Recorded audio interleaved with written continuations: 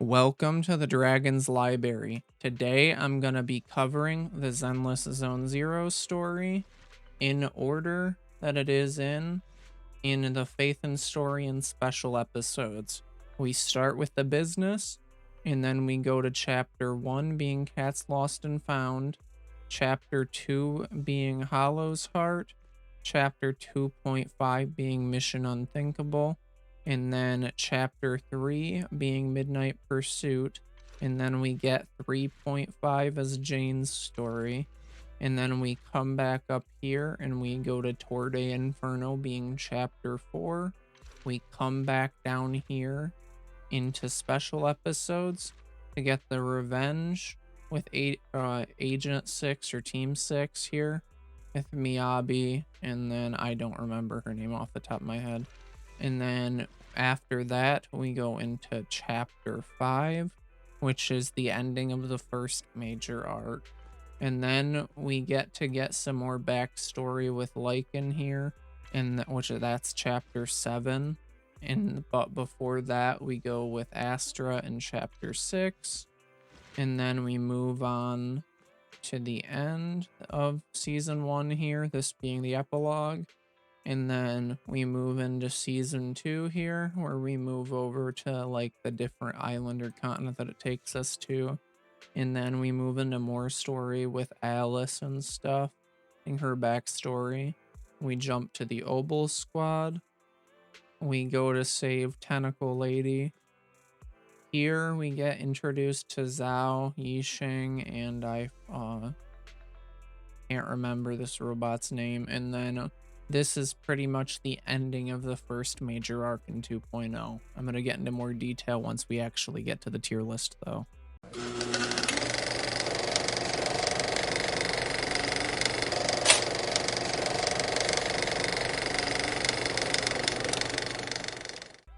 Okay, now we are going to go ahead and get right into this, starting with the business. The business pretty much covers... Okay, now we are going to go ahead and get right into this, starting with the business. The business pretty much covers right from where we start up into the point of the hacking attack to where the MC gets his AI named Fairy. And I think that this is a pretty good intro. It introduces you to all the characters it needed to. But of course, I don't think it's anything crazy special. But I would definitely say it's a more intriguing story than the basic gacha game story that you get in the first intro. Like in Wuthering Waves, where you start as Rover and he kind of has lost all his memories. And that's been used in almost every gacha game I've seen. In this game, the MCs are more unique and both of them are being used. So for this one, I definitely don't think it's average because I'm also comparing this to Wuthering Waves. I think that the intro is pretty darn good. Next, we jump into Cats Lost and Found. Here we first get introduced to Nekomata, and then we're going through the whole entire storyline of trying to find her heirloom that she lied about, into trying to save the people that we find inside of the Hollow in part 2, and then getting introduced to a character who's going to become more important later on in chapter 3 with the Midnight Pursuit down here that should be up here.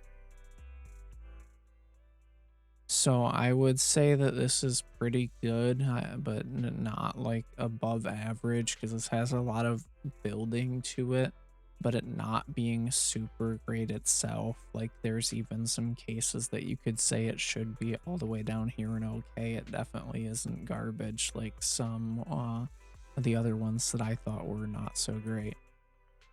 Next, we jump into chapter 3. Or, well, actually, no. Chapter 2 is next, being this. Okay, so chapter 2 we are going into Bellabog Industries and we are getting introduced to the bear, the robots, and then we also are getting introduced to the start of the sacrifices. And this was actually one of my favorites at the start of the game, I would say. It's definitely still probably top 5. I really liked this one, getting introduced to the sacrifices and kind of learning how pivotal that is to the story, even up to the most recent chapter. I felt like this did a very good job towards the beginning of the game. After that, though, we get one of the ones that I just really did not like. I like this could have just not been there. I mean, I understand the characters had to get introduced, being the two police officers and stuff for the defense force and chapters that came later, but I just thought that this was really boring and a slog to get through. Like after going through this just felt really crappy, and the characters there also just aren't the type of characters I like playing. But after that, we get back onto a relatively good note. I would probably say all the characters in this are really good, but if we're actually talking about the story of the Midnight Pursuit, like it has some things that you feel like consequences, but like realistically, this is really good, but it builds up to one of the much better chapters later, and it has a lot to be desired still. But a lot of the characters here are my favorites. Like I really liked Lyca, and I really liked Ellen, and I really liked Rain. And then you also get to deal with Nicole and stuff again from the prologue, and I like dealing with them. They're not my favorite set of characters, but they're definitely characters that I feel like are good. And that's another thing I forget to mention, just the overall story of Zenless Zone Zero. I really like the fact that they keep on bringing back characters, because that's the downside of a game like Wuthering Waves, where they have so many characters and the world's so large that they don't really bring back a lot of the old characters. But in this game, it was nice seeing that they brought back the old characters. But the other thing is, during the expositions and dialogue, the thing that this doesn't do so well, just the entire game, is that the exposition is just the characters in their idle stance. I mean, it's nice that it's voice acted, but I wish there was a bit more camera work to it, like there is in Wuwa, compared to it just being an idle screen text box and voice acting, because a lot of times you can just zone out to that. Next, we jump to 3.5, I believe this was. Yeah, 3.5, which is Virtual Revenge. This is your introduction to Team 6. I really like all the characters here, but I would kind of find it hard to put this anything above average. Like, this is just an introduction to characters, and it just wasn't nothing super crazy, and it doesn't even have one of the major, or well, actually, she is there. I just forget that she's there. Miyabi is in this. I just forget that she's there because she doesn't really make a difference until the end of it, where she has to defeat her own clone. Um, Next, we jump into Torde Inferno. I understand that a lot of people really like this chapter, at least from what I remember seeing about it. But Torde Inferno just was not for me. It was definitely better than Cats Lost and Found, but I'm just not really a big fan of any of the characters there. I'm not really a big fan of this style here, like the bike rider style. Like Pompeii and stuff was cool, and I really and I mean, a few of the characters were cool, but like it's just not my aesthetic, not my style. Next we jump into what I would probably consider the highlight of the entire game for me so far, which would be chapter 1.5 here. This is the ending of the first major story arc, where you deal with a major sacrifice police officer. There was this police officer that we find out is corrupted in the first part of the story when they come to help us. And then Rover builds trust with Miyabi, Miyabi being my favorite character in the entire game, feeling and character-wise. And I like this let Miyabi shine. We got to learn about the Cursed Blade and Miyabi's family. We got to deal with, I forget what they're called, but the maid butler team that we get introduced to in the Midnight Pursuit. It brought back everybody to have to deal with the major sacrifice and stuff happening there. And it was just really, really good. Next we jump to another one where I would say that they kept up the quality. I wouldn't say that this is masterpiece tier, but I definitely liked how this was used in the story. We got introduced to Astra, though she comes back for events and stuff. I wish they used her more in the main story, but I understand that she doesn't really directly connected to anybody except for the proxies being Wise and Belly. But yeah, no, Astra herself, I really like her outgoing personality and everything, and I like how they interact. And then we get to have we get to have the concert scene, which I think is probably one of my favorite cinematics in the entire game, where we get to have the concert hall, and then we get to have the falling out between her predecessor's wife and her, because she thinks that she's partially to blame, or not necessarily her, but that entire community is partially to blame for her husband offing himself because of the industry that happened where his job got taken away and he couldn't even use his own voice anymore because of the rights issues, which we sometimes even see in real life. And it's just kind of really sad. But at the same time, it was an also interesting emotional dilemma between Astra and Evelyn having internal conflict about technically being a spy but actually caring for Astra, and then Astra at the end of it saving everybody by using her voice and going back down. And then next we jump into another really good chapter. They kept the consistency going in 1.0 here. This chapter, I also think, I'm not really sure if I'd put it above or below Astra. I think I'd put it above. But this really builds character with Lycan, and then the Mockingbirds, where we get introduced to Viviana, I think is her name. And then I forget what the vampire's name.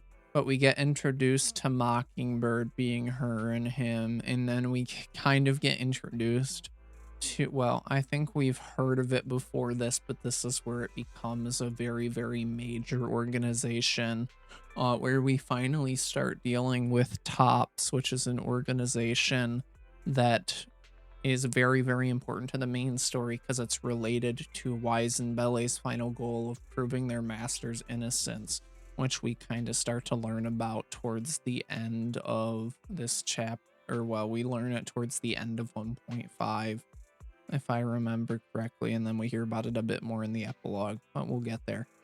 First, we get introduced to Vivian, or well, Vivian's not first. We get introduced to him in the video store and kind of acting like a nice guy and being very, very rich. He says, I want to rent out all the VHSs in the store because we were very helpful to him in trying to find this specific VHS that he says he's looking for because he's a collector. And then he also invites us to a top of the end auction for very, very rich people. And then during that, we meet Vivian, where she kind of warns us to not judge people by appearances. And then we learn later that Vivian is the one that helped Vampire Dude here pull off the heist during that arc. And then we jump down to where Lycan and him are having this whole conundrum while we are going through the tower that we go through during chapter 3 again, because there's more stuff hidden in this tower and we've had to go back to it a few times. and we have to go back to this tower trying to find a sacrifice core and stuff like that. And during the end of it, the vampire and Lycan kind of have a scheme together to kind of betray us, and I actually thought the vampire dude actually died there. I didn't, because I'm not sure if there was any hints prior to that whether that was a true betrayal or not, but I thought that he was actually killed by Lycan. And lo and behold, that was not. And then towards the end, we get to learn about some of his internal traumas. And then I also liked how Vivian, I felt like, I mean, she was a little bit like one-dimensional, like I love you wise, because she really likes the proxy Phaethon or whatever, and then she finds out that's us later in the chapter. But like beyond that, though, I think Vivian and him both have very interesting backstories related to some of the exaltists and stuff, and I felt that that was a very, very interesting characters, and they both have really good depth and adding a lot of depth to like in one of the standard characters. I forgot to talk about this earlier. This was supposed to be much earlier. This is also related to the police officers for Mission Unthinkable. This is one of the reasons why I was debating on moving this up, but technically they're independent. And I am gonna put this at top of average. It's pushing going up here, but it wasn't quite there for me. This is Jane, an undercover police officer related to these two. What happens is we start in these two's perspective, and they're going after a major gang organization that is related to the Exaltists and stuff. I don't remember exactly what the gang organization's called. And then one of their teammates gets kidnapped, whose name's Seth. And then we jump to Jane's perspective, and then we learn of the things happening in Jane's perspective, where they're going through and she's trying to find the hidden key to help get everybody out. And then she's also giving Seth a whole bunch of laxatives because she's an undercover cop and trying to help Seth be sober. So she's giving him a whole bunch of laxatives so he can pee extra to get the drugs that they put in his system, sedative drugs, out of his system as fast as possible, because towards the end of this sub chapter here, special chapter, she betrays the gang boss, and then her and Seth kind of work together to get out of there and get back to the police force. And then she's already notified the police force ahead of time so they can finally finish off capturing this gang that's happening there. Next, we jump into the very, very beginning of chapter 2, and I feel like this is a pretty big quality drop off. Like, I'm not a crazy big fan of any of the Shifu Temple characters that are introduced at this point. This is okay to bottom of average. Like, this was not very good compared to the last few stories. It could just be where it's placed at, but this just wasn't very good. And she's just kind of overpowered and solves everything. I understand why she's there and it's all fine and dandy, but I don't know why she has to be a lolly. And then the panda bear, and then Yiquian or whatever his name is, which is related to another character who I think is a much better put together character in my opinion later on. Next we jump into Alice and her story, and once again they're kind of using the sad backstory trope once again, where the backstory isn't really explained very well. I really like the characters here, but if like we're getting into the actual story, I don't think I can put it anything beyond average. Like, it's better put together than Midnight Pursuit in my opinion, and it's probably better than Jane's as well, but I don't think it makes it up into the great territory because it's just not fully explained very well.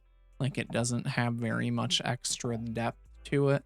but I really like the characters. I really like her and her brother, and I really like Alice, and I kind of like the fact that we learn just how close these two used to be, and then some of the sad backstory there of how her father died and how it was related to her and the experiments and stuff. And it also just relates a lot and gives a lot more backstory to the Exaltists and some to Tops, and it gave a lot of backstory to some of the higher organizations. Next, we jump into the Defense Force. This was another a pretty good chapter, especially compared to the start of 2.0. I thought that this was a pretty good chapter. And then, if I remember correctly, this is also the chapter where we see a new boss who's another character. Uh, the Defense Force, or not Defense Force leader, like vice commander. So there was a commander that was brought over with Evelyn as just kind of a pawn. And then we end up learning that she was that one of the reasons that she decided to go there was revenge towards the general commander of the defense force there. And we kind of see that revenge taking place, then learn that she was corrupted by the creator and the exaltists. And this kind of is starting to build very, very nicely towards what happens in chapter 6, where we go into that, where we finally kill a major thing related to the creator, but I'll get into that here in a few minutes. And then I just really liked the fact that we get to learn a bit more about some of the crazy things the Defense Force has done and does do, with the fact of her being a pretty much clone of a prior officer, and then her tail holding a gun being like the memories and stuff from the same officer that she's modeled after, that she's a clone of. And then how she has to either be herself or be that officer, and how she's related to everything there. And then after that, we have another trash can tier jump down. Like, I don't know how these can be connected. This could have just not been here and we would have been fine. The only purpose this served was to introduce Tentacle Lady and this girl here, and I'm not really a big fan of either of their designs. And then as for how they play, I kind of like how she plays. I'm not a big fan of Hammer Girl though. This we go into the thing, and then the only thing I really like about this is the introduction to the alternate versions of the characters related to some of their deepest desires and stuff, where we kind of learn some of their deepest desires and stuff that you have to fight. And then this gives more characterization for him here, which is where's she at? That's uh her brother. I forget what his name is off the top of my head. I'd have to look at my characters real quick, which I can do because I'm in game. But as we continue through this, we see him fight his alternative version. But like the main story going on is saving Tentacle the girl so she can leave the thing, because she kind of distorts it so you can't leave, because she's related to these pods in the basement of a village in the Hollow, where these people's actual bodies are in these pods, so they can't die because they're acting as like a second body that the pod gave them. But if that's the case, then they can't leave the pods, and it causes a whole bunch of issues, and it's just not safe for them. But the corruption makes you feel like you're in a very, very good dream, or like your best moments. So like they had to kind of go against them to save them by destroying these pods to force them to leave the Hollow, because as I said, the corruption is sweet, but it's bad for you. It's kind of like in fiction where they use or lust. The corruption makes you lust after it because it's giving you the sweetest things. It's like the devil's words are nice, but like, are they actually gonna? It's not actually gonna turn out well for you in the end. And then after that, we jump to The next one here, this being 2.5. This I actually did quite like. This is gonna be towards the bottom of this though. I think I'm gonna go ahead and put it right above Midnight Pursuit. This we get introduced to Ishuang, Dylan, and Shifu here. Master Shifu is a very, very interesting character. Learn how he was being used by the Defense Force. And then we also get introduced to more characters from the Top's internal conflict organization. I don't remember their exact name, but pretty much they're a defense force. And then we Yi Shuang and then Zhao, we kind of start getting introduced to the 2.6 characters, which I really like both of. And then I really like Dylan and Shifu here. And I also really like how Dylan and Shifu play. My least favorite character, like actually playing them wise, is probably Zhao out of the 4 characters that you actually play a lot of. But actual story wise, this has a lot of prep, but it also is just generally speaking, I really enjoyed it. You're going through Shifu and Dylan, and you're kind of learning about more of the past of Tops in this, if I remember correctly. And then you go ahead and just continue going through it. Like the main issue with it though, if I have to say anything, is just the fact that it's very, very long. But you also learn, or well, we also go in as Yisheng in this chapter, if I remember correctly. This might be in the start of the next chapter. But you have to help Yisheng hear her corruption from the sword because her sword causes her corruption and damage. And then we have to get help from her brother who's been corrupted by the creator. But he realizes that that was wrong and betrays her in one of the prior chapters, or actually it might be this chapter towards the end. And I really like the him pretending to be a bad guy to find a to risk his life to find a cure for his sister, because his sister was chosen by the so-called holy sword that's a cursed sword, very, very much so like Miyabi's sword, which we find out later, where it has very, very high stakes for high rewards. And then Dylan herself, I thought was a cool character. But pretty much, yeah, we go through figuring out that he's betraying us to learning that she's betraying him, and then we learn, or then we go through another boss fight. But actually, just thinking about it, a lot of the stuff that I thought took place in this takes place in the next chapter. So, like, I think it has to drop down there. I just forgot just how much of what I thought took place there actually takes place here. And then this here, this is probably my second, or yeah, no, it's gonna go right here. These two were really good, but I find it hard not to put this one up really high because this is probably the best cinematic to date, and this has a lot of characters I like in it, as I said last time. This builds on Dylan and Shifu. This builds on the Obel squad.